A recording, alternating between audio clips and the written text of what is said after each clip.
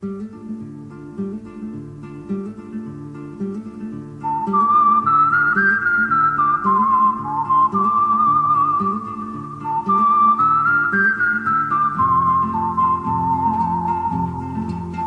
are listening to the In the Mouth of Dorkness podcast. Here are Brad, Lisa, Brian, and Darren. Welcome to another edition of the It Modcast podcast. Joining us is Brian Young, the Turtle Dork. Happy Friday, folks.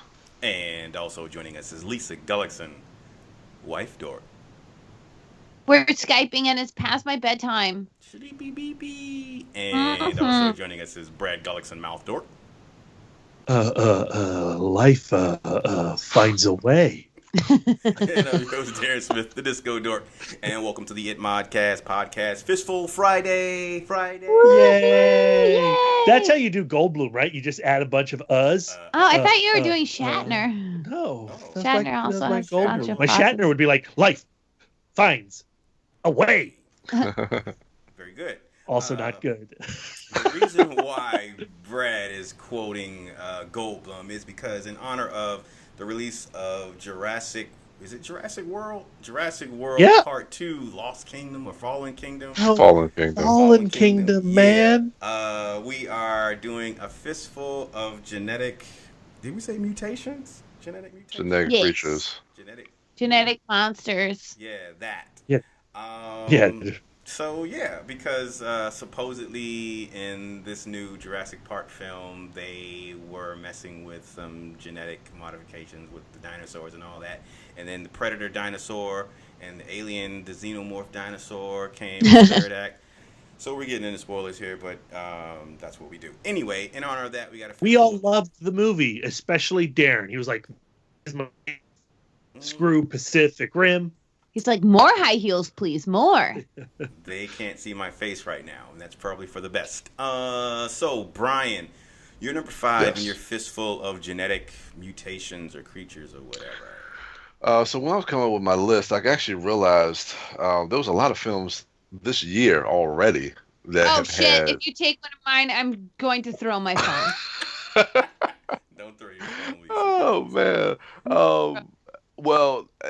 Within the last year and a half, but actually this year too, recently. Oh my God! No. It's gonna take all your picks, Lisa. No. Okay. My number 5 is Kong Skull Island. Wait. So this came out last March. Of course, on this island, on Skull Island, we have a lot of different. I guess you could call them genetically enhanced. Are they genetically enhanced? No. What? It was evolution that caused these. Yeah. Well, evolution is the result of genetic mutation. Okay. So you're picking on my list, everything is mad science related. Yeah, I was trying to do that too, like science related, where it was done by man. But not with this pick. Not with this pick. Yeah, that's why it's number 5 because it's a bad choice. Yeah, pretty much. All right. So, what creature on Skull Island is your genetic evolutionary mutation monster? I would say all of them. Wow. I could cheat like that, right? Brian is Mr. Fantastic and just feel like calm. No, but I don't know. Actually, I like a lot of the creature designs in that movie. From the what do you call them? Skull crushers. From that to the giant bamboo spider to that giant like moose looking creature. It's a lot. I like the octopus that battles Kong. Oh yeah. That's right. So genetically enhanced, whether it's done by man or evolution, there are creatures that we see in our everyday real world. So I'm saying they're genetically enhanced. I mean, look, if he's going to be fighting Godzilla was genetically enhanced. Yeah, so because of man's atom bomb. Yeah, that's a result of radiation. Right. But but in this world, then that's what happened to Kong Skull Island too. I don't think that's true. I think it is. I think it is. Rewriting this movie right now on this podcast, Brian. Yep, absolutely, absolutely. You know what? Before you dig yourself deeper, Lisa, what's your number 5? Now I'm worried. Brian, do you have any more movies from this year on your list, or are you concocting your list right now? No, I have like 6 or 7 picks, but there is a movie from this year. Okay, so I'm gonna move my number 2 down to my number 5 so I can beat Brian. Do it. It's chess, not checkers, baby. So my number 5 is scientist Josie Radek, played by Tessa Thompson in Annihilation. Yeah, I had that on there. Yes! Eat it, Brian! Eat it! So in Annihilation, there is this bubble that is the shimmer, and it has encapsulated this small piece of Earth. And when light penetrates the shimmer, it causes genetic mutations, like endless genetic mutations to all DNA Flower trapped people underneath that. And so Tessa Thompson gets trapped underneath the shimmer. Well, she's exploring underneath the shimmer because she's a scientist, and she turns into a bush. Oh. A bush. Yeah, that's a monster I don't want to encounter. I do, because I wanna hold hands with her. I want to pluck her flowers. I want her flowers. All right. That's a good joke. I totally forgot that movie came out this year.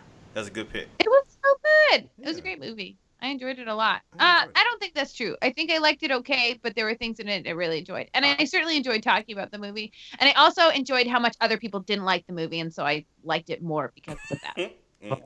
Genuinely loved that movie. Yay, good for you. Full stop. Yeah, good for me. Yay. Okay, that was my number 5. Good pick. Brad, your number 5. My number 5 is Max, the genetically mutated Rottweiler from the 1993 classic Man's Best Friend. Nice. Yeah. She just minding her own business. She picks up a stray, this cute little adorable Rottweiler. Little does she know that evil Dr. Jarrett, played by Lance Hendrickson, has been working his voodoo science on this dog and has created a monstrous beast that could just devastate Cujo with one bite, or in some cases could chase a cat up a tree and swallow it whole, seagull style. Yeah. Was that a soundbite from the movie? Brad, you know I've been susceptible to nightmares lately. I love this film. It's a crappy 90s B movie that when I saw it as a teenager, I had no appreciation for it. Mm-hmm. But now, as a nearly 40-year-old adult male in 2018, I look back at Man's Best Friend, and by look back, I mean I watched my Blu-ray copy of it, and I adore this crappy little movie. And Lance Hendrickson is a beast in it.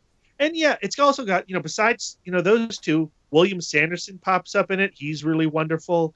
If you haven't seen this movie, or if it's been a long time since you've seen it, give it a spread. It is worth your time. And yeah, Max is a genetic mutated monster, like Tessa Thompson's Flower Lady, but not like Kong or anything else. Yeah. Just like Kong. Stop, Brian. Brian, you had your turn. Stop. I hear you, Brad. Thanks. Stop. Yep. Stop. Yeah. All right, good pick, Brad. That is a true genetic modification change thing. You got a good pick. All right. The score of the film, Darren, is done by Brad Fiedel, who did the Terminator movies. So shut up. Really? Huh. All right. I didn't know that. Okay, good pick. And good fact. My number 5, total rookie move be saying Man's Best Friend first. I thought you wanted to get your picks out before I picked them. But my number 5, I'm not saying this because I wanted to say it before someone else. This is genuinely my number 5. Keeping in spirit with your quote and keeping in spirit with Jurassic Park, Fallen Kingdom. My number 5 is Jeff Goldblum as Seth Brundle in Cronenberg's The Fly. You are using that to get out of the way. That's number one, man. When you hear my list, you'll understand why I put that as number 5. I told you my list that's is my number super one. obvious. Super obvious. All right. So yeah, Cronenberg's classic, Jeff Goldblum's, one of my favorite Goldblum films, and the practical effects in that movie. I mean, Gina Davis is great. Just the tragedy of that movie, and watching him deteriorate, slowly transform to this monstrous insect, and just gruesomely kill people. And then like the end when she spoiler alert, when she shoots him with the shotgun, she and he pitifully puts the barrel to his head because he wants to die, and she blows his head up and his head explodes in a glorious practical effect explosion. It's one of my favorite movies from the 80s as far as horror movies, because when I was younger, I used to be scared to watch that movie, and while watching it, I was scared. To me, that was more of a horror movie than a science fiction movie as a kid. And as I got older, I started leaning more towards the science fiction as far as what I would classify the movie as. But now I kind of look back, and I still tip it back towards the horror. I mean, there are science elements in it, obviously, as he is a scientist who is attempting to pioneer teleportation, and that goes wrong.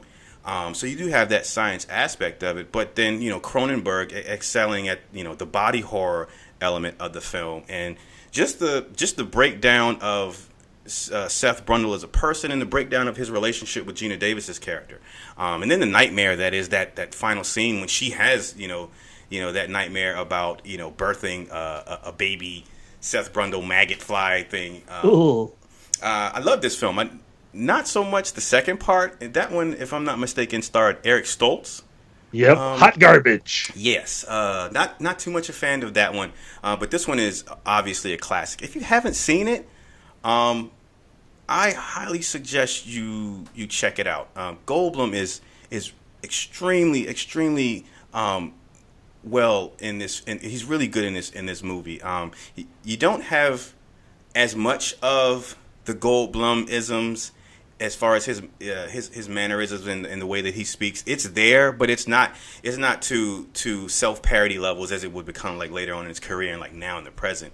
But still, I feel like he injects a lot of humanity and sympathy and empathy into that character. And so when you watch him change, you feel sad for him, but then you also, it's kind of cool when he's walking on the ceiling and he's removing people's limbs using his bodily fluids. Sorry, Lisa, but it's a great horror film. So yeah, that's my number 5. Well, I enjoy the self-parody Jeff Goldblum. Mm-hmm. I never expected he would go full Christopher Walken like he has. Me neither. And I miss this guy. Yeah. I think once he hit Thor Ragnarok, that's like peak Goldblumism. Yeah. And he should dial it back a little bit now.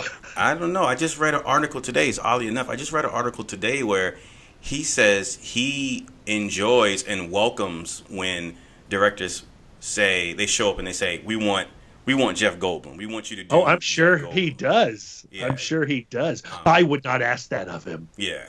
And there's another film that came out this year that he pops up in, and he has a really small part, but he knocks it out of the park. And I don't want to spoil it for people who haven't seen it because it's a nice surprise. You know what I'm talking about, B, right? I sure do. All right. Yeah, great cameo. Anyway, Brian, you're number 4. This time, like your real deal, legit, genetically modified creature or person or thing. I don't know what you're talking about. But anyway, my number 4 is like I was saying before. There's been a lot of movies this year that have come out, right? And my number 4 is a film that stars the most charismatic man in entertainment. That is Dwayne "The Rock" Johnson. That would be Rampage. Oh, Okay. okay. That's a good Okay. one. Yeah. Okay. Yeah. All Okay. right. Yeah. Or is The Rock your pick? No. You know, because you know what? I wouldn't fault you for it. I think it's more of a steroidal vitamin situation. Yeah. Yeah, It might affect his children, though. I'm Right. not. Yeah, but this movie, of course, based on the classic arcade video game Rampage from the 80s and the 90s. We have George, we have Lizzie, and we have Ralph. And these creatures, the wolf, the gorilla, and the crocodile, were genetically enhanced. Mm-hmm. And we also got an extra creature, a rat in space. Mm-hmm. Oh, yeah. So your pick is the movie Rampage, not one particular. Yeah. Okay, good. All right. Yeah, the movie. See, So George is the correct type of ape pick, as opposed to Kong. I'm just saying. Semantics. Well, I didn't necessarily pick Kong. I picked some of the other creatures on Skull Island. You said This will Kong be a too. running theme. This is my number 5 pick. Let it go, man. Let it go. You could do a fistful of genetically modified apes, though. Mm-hmm. Good. Yeah. Kong would not be one of them. But... No, you'd have to start from scratch. Okay. All right. Okay. But I don't know. Like I said, I enjoyed Rampage for what it was. That's a movie I haven't really thought about since. It was a movie I was highly anticipating, and it was a fun time in the theater. Yeah, I enjoyed the creatures. Of course, we get the what was it? The villains. I can't even remember that organization. Damn. Had the that had the chemicals or whatever they were doing. Something. Damn. With the, all I know is that her brother got squished by the building when he ran outside, and what's her name, Malin Ackerman, got ate by George. She got murdered. She got swallowed. She didn't even get ate. She got swallowed whole by George. Yeah, man's best friend Seagull style. Swallowed whole. So yeah, best part of the movie, genetically enhanced creatures. There you go. All right, Wife Dork, you're number 4. My number 4, there ain't anybody like him but him, Rocket Raccoon. Yay! From Guardians of the Galaxy, volumes 1 and 2, and also, yes. So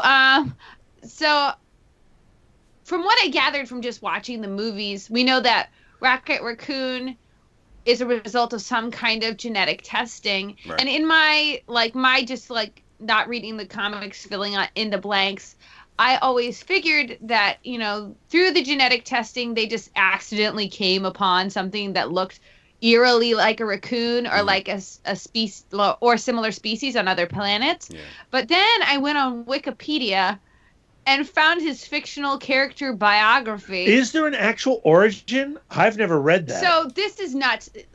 This is free content, so I can just read straight from Wikipedia right now. So here I go.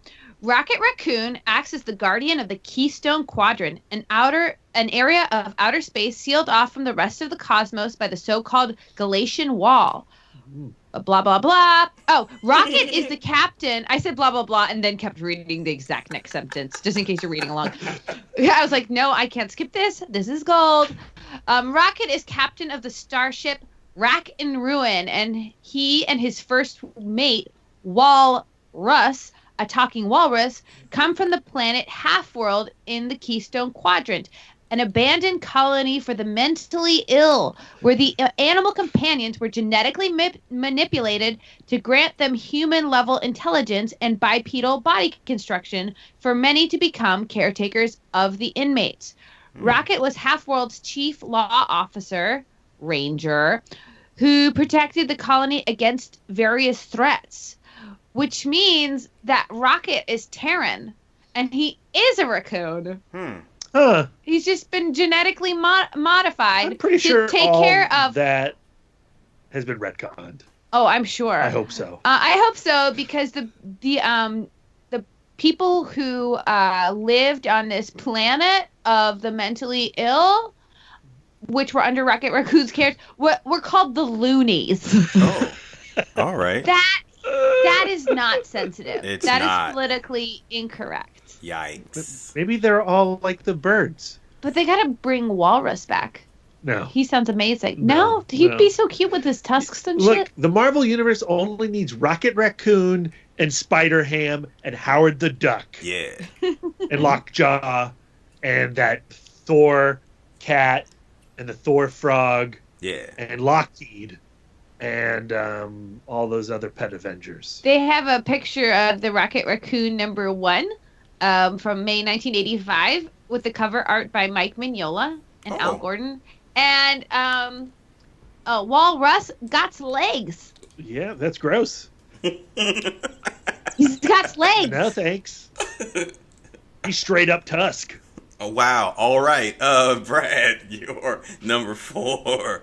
So I have to make an immediate correction on my last pick. Uh-oh. I said Brad Fiedel did the score of Man's Best Friend. I got my notes all mixed up. You lied Actually, to me. Joel Goldsmith did the score of Man's Best Friend. Joel? We know him. Joel, yeah, not Jerry. Okay. Joel Goldsmith. Okay. We know him because we love the score of Call the Conqueror. Oh. We love the score of Kevin Sorbo. Maniac Cop 3. We love the score of Shoot Fighter, Fight to the Death. Yeah, so Joel Goldsmith did the score of Man's Best Friend, but Brad Fiedel did the score of my next pick, which is the other 90s classic, Johnny Mnemonic. Yeah. And the creature I'm referring to is the dolphin Jones, who is this genetically enhanced, super smart dolphin that used to decipher codes for the Navy, and now he fights for the man. No, he fights against the man. Mhm. That's how it works. In particular, he actually is partnered up with Ice-T's J-Bone. And they're members of the Low Tech clan. They're a bunch of Luddites in the future who are disgusted by Johnny Mnemonic's ability to store information in his brain computer. And he's hiding some secret information from the Yakuza, if I remember correctly.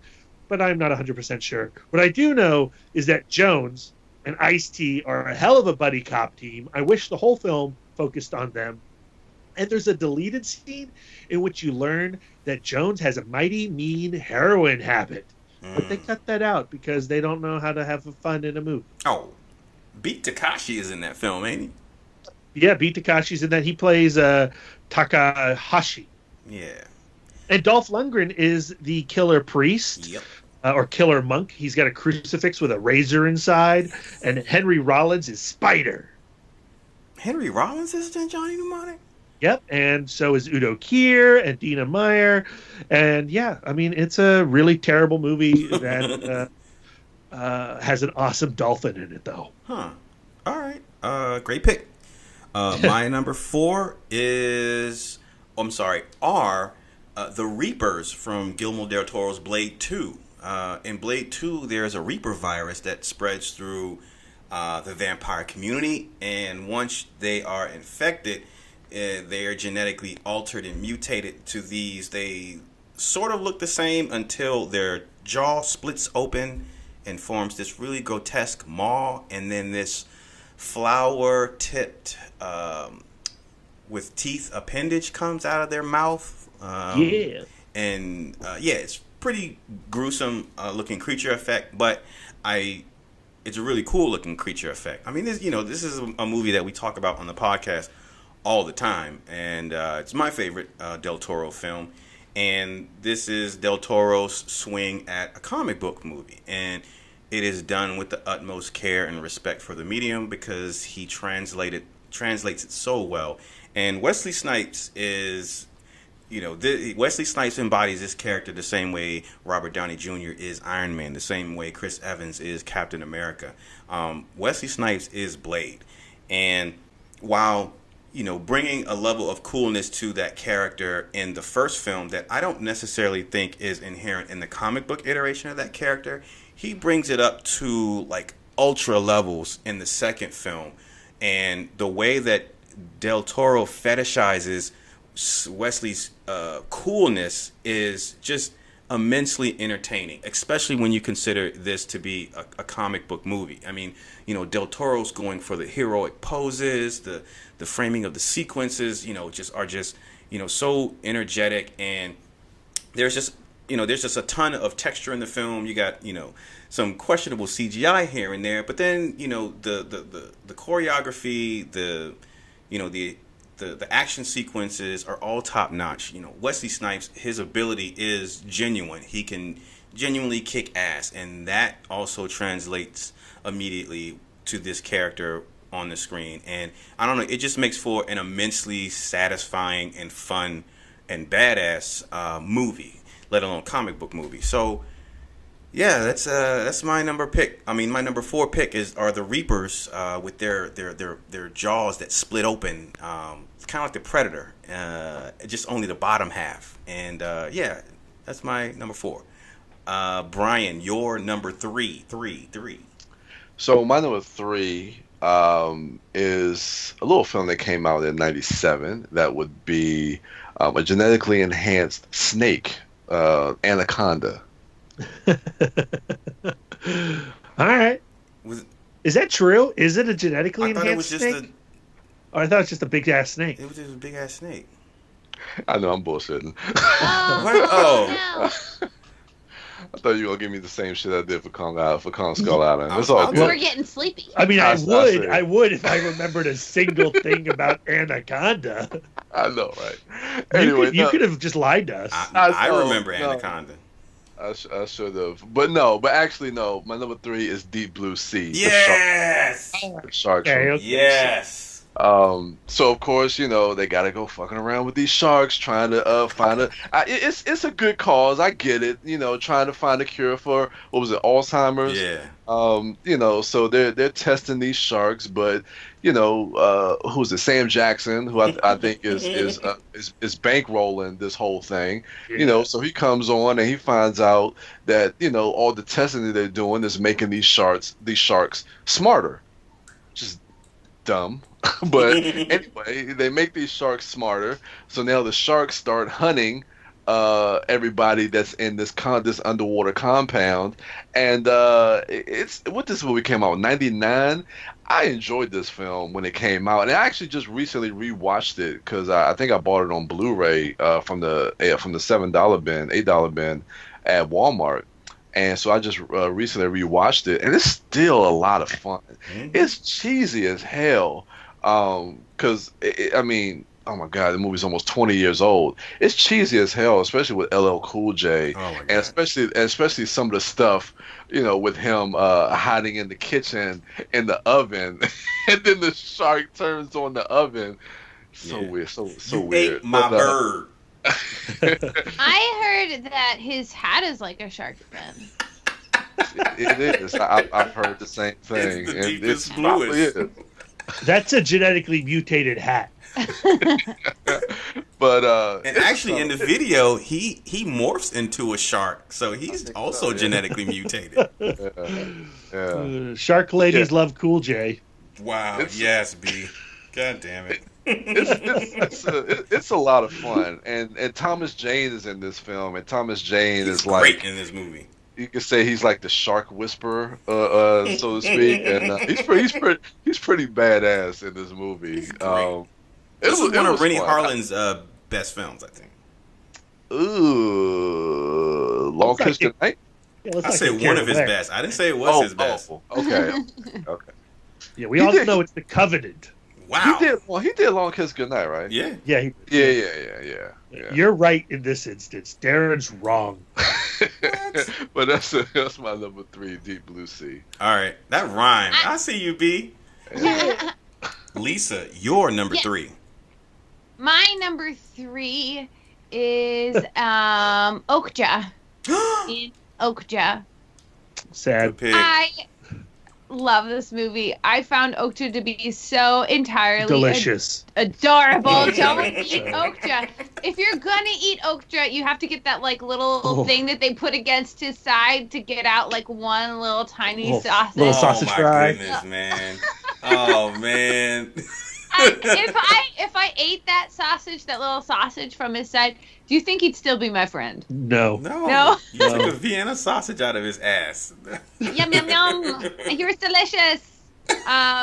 So Okhta is a genetically modified super pig who was made by the Mirando Corporation, headed by Tilda Swinton, Lucy Mirando, and as a part of a spearhead for making more environmentally friendly meat source. But turns out that something that is so delicious is also super cute, and we don't want to eat it. And so a bunch of hippies get together and free Okhta along with the little girl that helped raise him. Yes. It's a cute little movie that has one of the most horrifying animal abuse sequences in cinema history. It's really awful. It's really scary. Oof. Jake Gyllenhaal, monster. Yeah. All right, great pick. Thanks. That was last year, right? They came out. Yeah, it was released on Netflix in June 28th, 2017. Gotcha. So it's almost as Okhta's first year birthday. Yay! Good pick, Brad. Your number 3. For number 3, I'm going with a Lost Weekend classic, a film that Lisa had to go running to the hills to avoid. It is the Danish comedy Men and Chicken, starring Mads Mikkelsen. When two brothers learn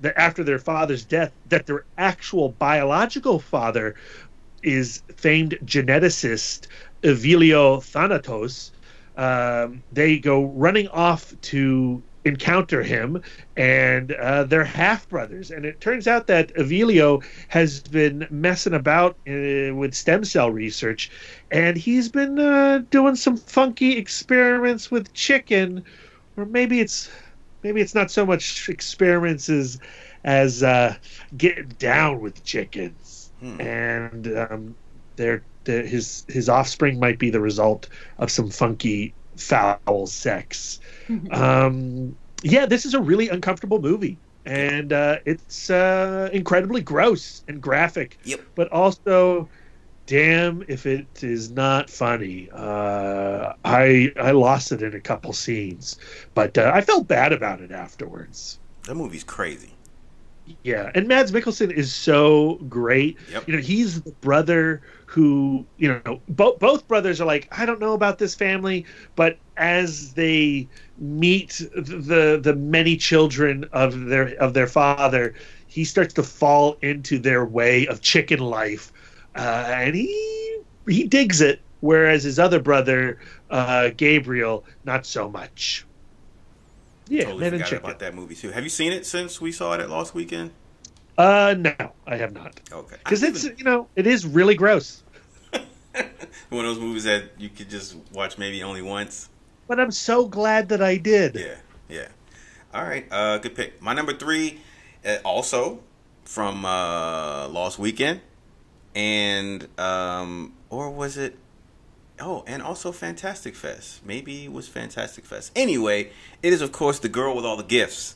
In the near future, humanity has been ravaged by a mysterious fungal disease, a mutation of the Ophiocordyceps unilateralis, and it turns people into fast, mindless flesh eaters referred to as hungries in the film. The reason why I picked this as my number 3 is not only because it's a great film, but Sania Nanua, I think if I'm pronouncing her name correctly, she plays the lead character Melanie in the film. And I've said this on the podcast before when championing the film. She's one of my favorite cinematic characters of all time. I don't know the last time I felt an emotional and an emotional or empathetic and a sympathetic response to a character as Melanie, and it is almost all attributed to that actor's performance. it's a movie that for me, it's endlessly rewatchable. I love that film. Nothing will equal the first time I saw the film, going in that movie blind and being surprised by the true nature of the film. It also stars what is that lady's name? Glenn Close. Glenn Close, but also, I mean, the teacher. Gemma Atherton. Yes, Gemma Atherton, and that's probably my favorite performance from her. I can't say that I've seen a bunch of her movies. I've seen her in like the Clash of the Titans remake with Sam Worthington and some other stuff, but like this Quantum of Solace. Yeah, Quantum of Solace. Yeah. But this is probably one of my favorite performances from her, just because she plays off of Melanie Senya Nanua's character so well. And the end of that film being almost, I don't know if it's bittersweet, because it's kind of nihilistic in how Melanie chooses to release the spores that will doom and kill off the rest of humanity. As far Spoilers. The movie's been out. I'm just saying, and we've talked about it a bunch of times. So yeah, but yeah, I love that film, and so yeah, that's my number 3, The Girl with All the Gifts. Brian, your number 2. Oh man, I wanted to do my number 2, but I know Darren is going to be on your list, so I'm gonna be nice. I'm gonna spare it. I love you. Yeah. All right. You can take Spider-Man. Is he genetically modified? Yeah, his He's genetics not. were He's altered by the radioactiveness of the spider. Spider-Man's genetically altered. I heard Spider-Man with my ears and thought Superman with my brain. I mean, the sun's rays, do they mutate him, or do they just affect him differently? No. Yeah, I think they affect him differently. Yeah. I can't think since we said the word anaconda. Oh wow! Thanks, B. That just literally turned my brain off, and it's all I can think about. Okay, Brian, what is your number 2? So my number 2, I'm going to go with the 2009 film that we all love, which is District 9. Yay! Yeah, Great Sharlto Copley's character. It's almost similar to what you were talking about, Darren, with The Fly and Jeff Goldblum. Yeah. He goes around messing with canisters, and he gets some stuff sprayed into his face, and before we know it, slowly but surely, he starts to same thing Jeff Goldblum kind of went through. He starts to kind of slowly become one of these aliens that, that he's been ripping people away from their. I'm trying to remember. Yeah, what is it that they were trying to like? It was kind of. I know it was like a social commentary on like apartheid, but they were going around. I think they were. What were they doing to the aliens again? They were District 9 is a walled off, fenced off area where they're making all the, because in the universe of the film, the aliens have come to Earth and they've been here for a while, but because of disease that spreads and just a xenophobia and in general, that's right. They have them sectioned off. It's basically like an internment camp. Yeah. So and I like the way the film kind of starts off with this documentary style, and we're following Sharlto Copley's character as he's going around to these, like you say, these different camps and these different homes where the aliens live. And then again, he comes across this canister, and then as the film progresses, and you start to see his journey as he starts to kind of mutate and change, and then you also start to see his idea of who this alien race is, especially when he starts to build that relationship with that one particular alien. I'm losing his name right now because I don't have the information up in front of me. Christopher Johnson, right? Yep. Oh, okay, yeah. The relationship that he starts to build with him, and ultimately how that movie ends, which you could kind of say it's open-ended, but yes, it's still a tragic ending to that film. But I mean, the performance that Sharlto Copley gives just throughout the progression of that film, I think it's just really, really magnificent with the range that he has to portray in a genre film, to say the least. I just thought that performance was just amazing, just to see that transformation for what he went through. So that's my number 2, District 9. That movie is almost always, well, at least on my behalf, it's always talked about as far as debut films for as far as in regards to Neil Blomkamp, but people, I also sometimes forget that this was also Sharlto Copley's debut acting part. Yeah, like first feature film. And he had never done acting before, so a tremendous feat on both of their parts, I think. Yeah, absolutely.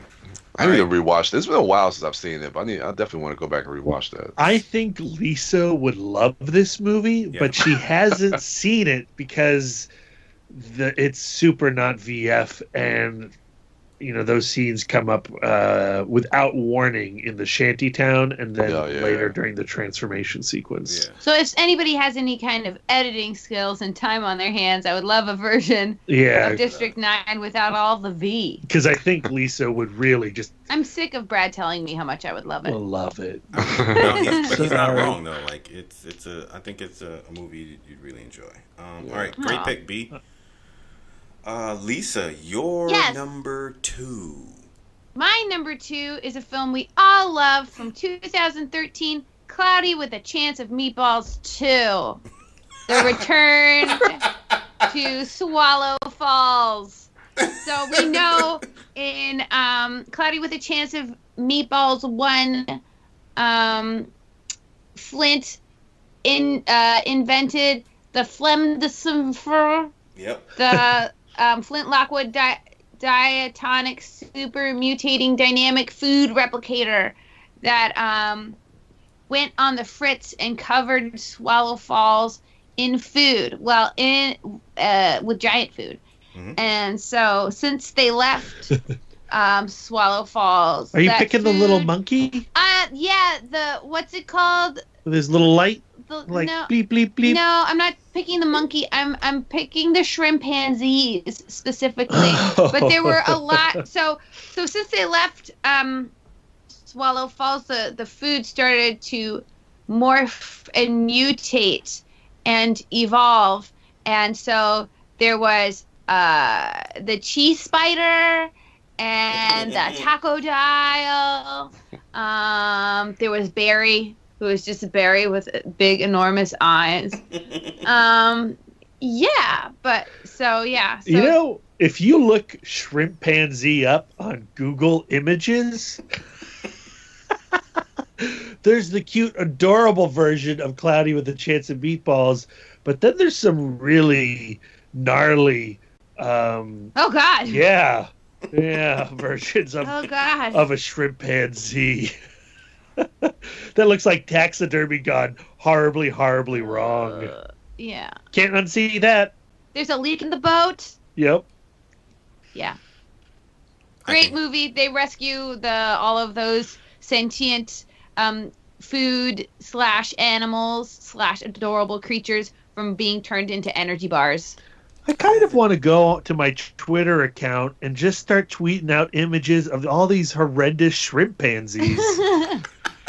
Do it. And then they can find out Friday exactly what is happening. Do it. There seems to be one we can buy on Amazon. It looks like it. I don't know. It looks like a sex toy. It just looks like one. All right. You don't use that much like flesh-colored. Ugh. Oh, okay. All right. B, your number 2.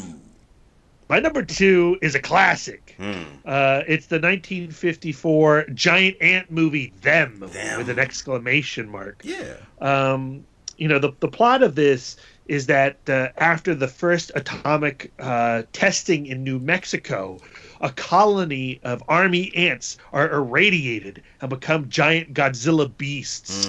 Them is technically the first big bug movie. It would spawn several ripoffs going forward, but none of them are nearly as classy as this film.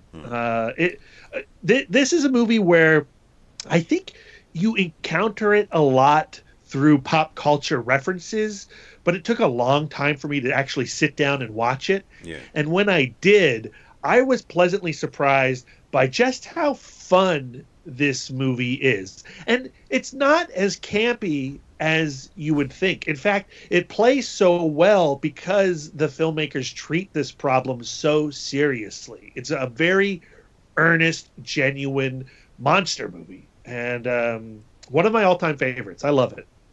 All right, great pick. I haven't seen that movie since I was a kid, B. Yeah, well, Gramps is dead, man. So you got to pick up your Thompson submachine gun and go to work. Yes. All right. My number 2 is another one of my obvious picks. And it is the MCU's version of the Hulk. Banner, his genetics were altered due to exposure to gamma radiation, and the rest is history. We've spoken on the podcast numerous times about how the MCU has course corrected the cinematic version of this character. You know, we've had Ang Lee take a swing at it, Louis Leterrier took a swing at it, but it wasn't until Joss Whedon put his touch on the character and made him become something much greater than any of us expected. And you know, obviously we have the classic scenes from the first Avengers films, you know, with Banner's revelation that he's always angry, he's always in control of the transformation, and a little glimpse into the back and forth that will become Thor Ragnarok in the first Avengers film. His his scenes with Thor, and that scene with Loki in the tower, and then fast forward to Avengers Age of Ultron, and how again Joss Whedon chooses to take this character in a different direction, and also not necessarily focus so much on the Hulk but Banner and his relationship with Natasha, and to ground that character with a human and emotional core. And then we see him again in Thor Ragnarok, which I was just watching earlier today with Sia while we were eating, and that movie is just so much fun. And again, this character feels like with each iteration, like every time he's been on screen in the MCU, he's evolving, and whether that be narratively or whether that just be through the character himself. Because in Thor Ragnarok, we see he's been as the Hulk for 2 years, and now he's speaking in full sentences. And the humor of that film allows the outlandishness of this character, because it's a guy who's a normal size, who because of this genetic altering, his bones can change shape and size, his body, his skin, his muscles, every fiber of his being, his cells increase, and then they get hard and they're super powered. It's a crazy concept, but this character, and at the very least the way that Marvel's handling this character, make you not question it one bit. And obviously the last time we see him is in Avengers Infinity War, and we don't really see that much of him, surprisingly. And because of Marvel's track record with the character in the previous films, even though I did not get nearly enough of that character in Infinity War, I have every faith that what is in store in the fourth Avengers film with this character, and where they're going to take him, and how he's evolved from Infinity War and Age of Ultron and Avengers and Thor Ragnarok. I have every faith that it'll be something that will be spectacular and jaw-dropping and scene-stealing. So and I've said it before, he's my favorite Marvel Comics character, and that it's been that way for a while, and I foresee that being the same for the near future and foreseeable future. Yes. Darren, I'd like to take you back to our Avengers Infinity War review cast. Okay. Listeners, please join me. Return to the episode, listen to the whole thing, meet me back here at this point. Darren, on that episode, you said Thor was your new favorite Marvel comic book character. And there was a riot. No, he's my favorite MCU character. Oh, okay, yeah. Okay, all right. That hasn't changed. Well, we're going to need to go back to that Infinity War review cast. Yes. We're going to need to insert an audio asterisk. Okay, all right, yes, because it applies. But yeah, that's my number 2. That's my number 2 pick. My fistful of genetic alterations, mutations, or whatever. Brian, you're number 1. Well, a lot of times, you guys know me, I try to stay away from the obvious. But unfortunately this time I said fuck it, Yes. My number one is the Ninja Turtles. Come on, man. Of course. It has to be. Yeah, I mean, look, I love the turtles. I am the Turtle Dork. They are genetically enhanced, mutated. I mean, it's in the damn title, Mutant Ninja Turtles. Yep. So yeah, they are my number one favorite mutated, genetically enhanced creatures that were exposed to the ooze by TGRI or TCRI, depending on what iteration you either watched or listened to. And of course, they were raised by Splinter, Amato Yoshi, and their known enemy, their nemesis, is Oroku Saki, the Shredder, and the Foot Clan, and the adventures of these four brothers. Probably the greatest brotherhood ever seen on film, ever told. The greatest family, not the Incredibles, although I do love the Incredibles. That's interesting. I do like family dynamics on screen. I'm just now discovering that. Interesting. We've known that for a while, Brian. Darren, do you think we could end this episode with the 90s theme song? Turtle power, Turtle power, Teenage Mutant Ninja Turtles. Turtles in a half shell. Turtle power. So that's the cartoon. That's a cartoon. But I don't think I know the other version. What's so funny about that is like that end credit sequence. Like I knew that whole song. We do it now. Rap for us. I need to actually have it playing for me to, because there's two songs that play at the end of the credits. It's that, and then it's another one called 9.95. And I used to know like the words to the whole end credit. I seen that movie 1,000 times. It's kind of unsettling how many times I saw it, especially as a kid. At Comic-Con this year, Brian, you got to get those Nika toys. They're doing them finally. Look, I don't have any money for Comic-Con, but that is the one purchase that I will be getting. Believe me. Yeah. But yeah, that's my number one. Most definitely is the Ninja Turtles. All right, Lisa. Your number one pick. Awesome. So for most of my list, I've been showing the sweeter side of genetic mutation with adorable foods and Rocket Raccoon. But I'm going now for a very scary genetic creature, because this is a genetic creature that genetically mutates you, and it's the Thing. No. Oh, nice. From 1982. Great pick. When you're assimilated by the Thing reads your DNA and creates a clone of you.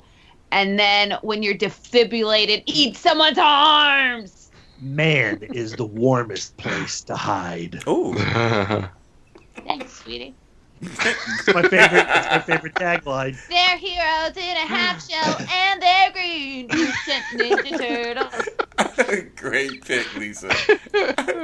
All right, Brad. Let's see. What is your number one? I'm trying to think. Well, my number one was Brundlefly, but I've changed it. Oh, you, keep it.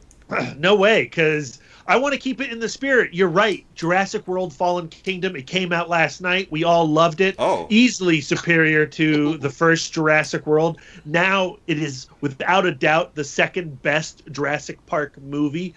Done, sealed, delivered. So to honor that triumph, I wanted to go back to the 90s. And, with Spielberg and Michael Crichton, they came up with this idea of to make the dinosaurs work. They went into the amber, they sucked out the dino blood from the mosquito, from the fossilized amber, and then they crossed it with frog DNA. But the film I want to talk about explored in the same year, and it actually came out just weeks before Jurassic Park.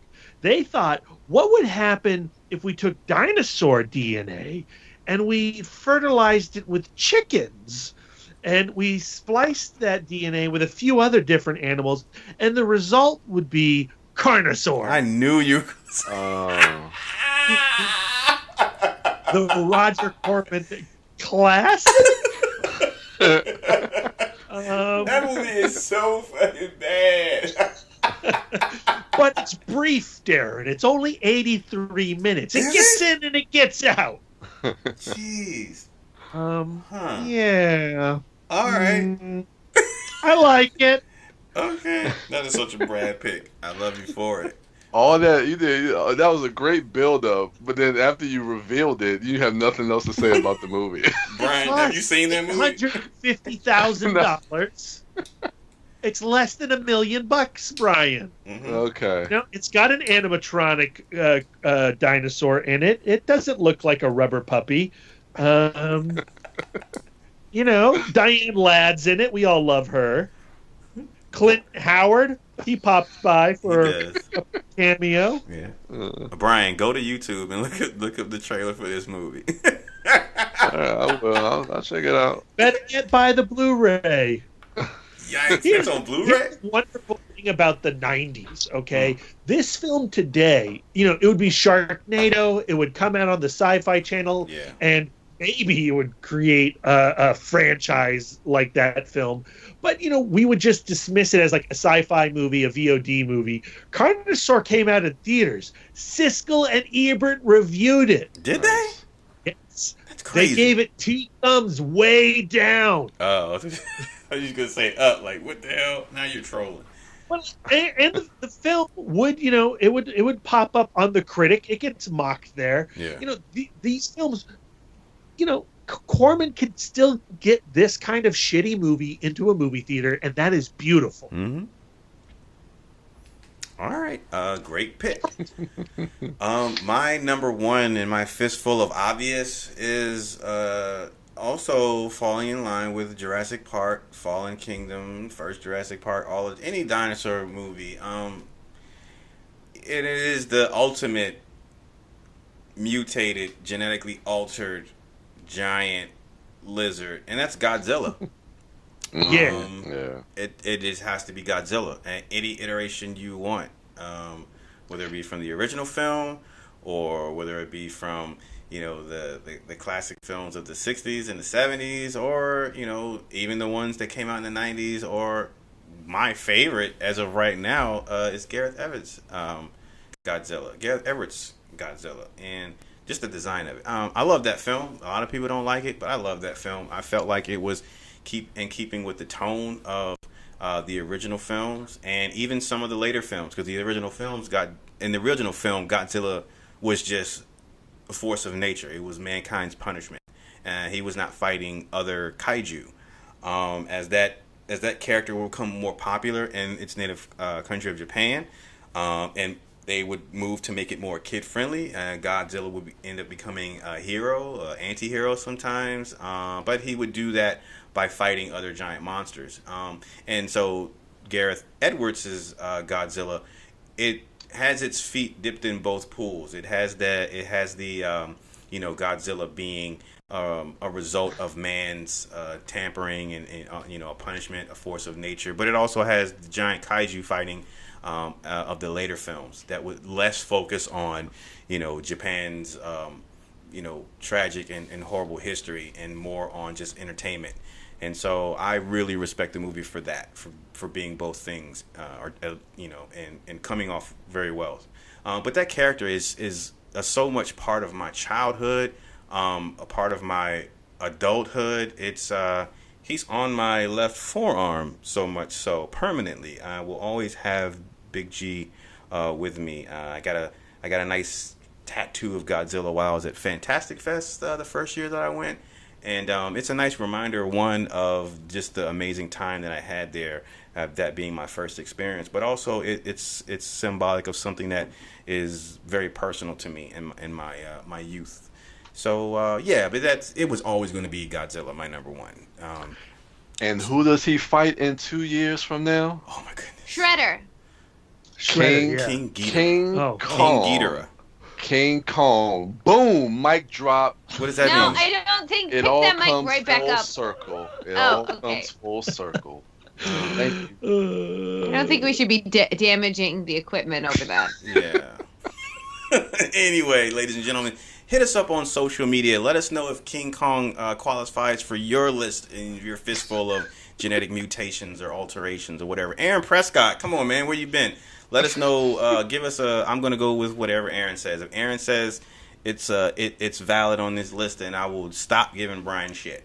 Yeah, come on, give me shit, Aaron. I missed that. Calling you out. You can hit us up on social media at ItModcast. Brian can be found at the Turtle Dork on Twitter, at the Turtle Dork 1 on Instagram, and at Brian William Young on Facebook. Lisa Gullickson can be found at Bake Dork and at Sidewalk Siren on Twitter. She is also at Bake Dork on. You have Instagram, right? Bake Dork. Yeah, for Bake Dork, I certainly do, and Yes. you can see a picture of my tiramisu before and after I dropped it. And before and after, I never had a piece. Oh, I'm so sorry. it's okay. She's also at Sidewalk Siren on Letterboxd. Brad Gullickson is at Mouth Dork on Twitter, Instagram, Facebook, Letterbook. Facebook, Letterboxd, and Untapped. Yeah, I'm on And, all those places. And I'm Darren Smith, the Disco Dork, on all social medias. That's going to do it for us. Thank you all for listening.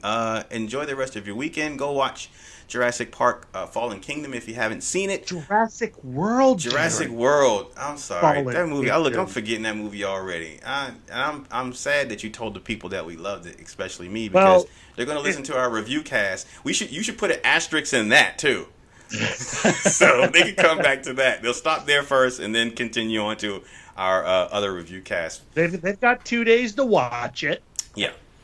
And also go see Won't You Be My Neighbor. You need to see that. You don't need to see Jurassic Park, Jurassic World. You need to see Won't You Be My Neighbor. Join us back here on Monday. Yeah. And Yes, agreed. so that's going to do it for us. Thank you all for listening. Enjoy the rest of your week. Be kind to each other. Watch some movies. And until next time.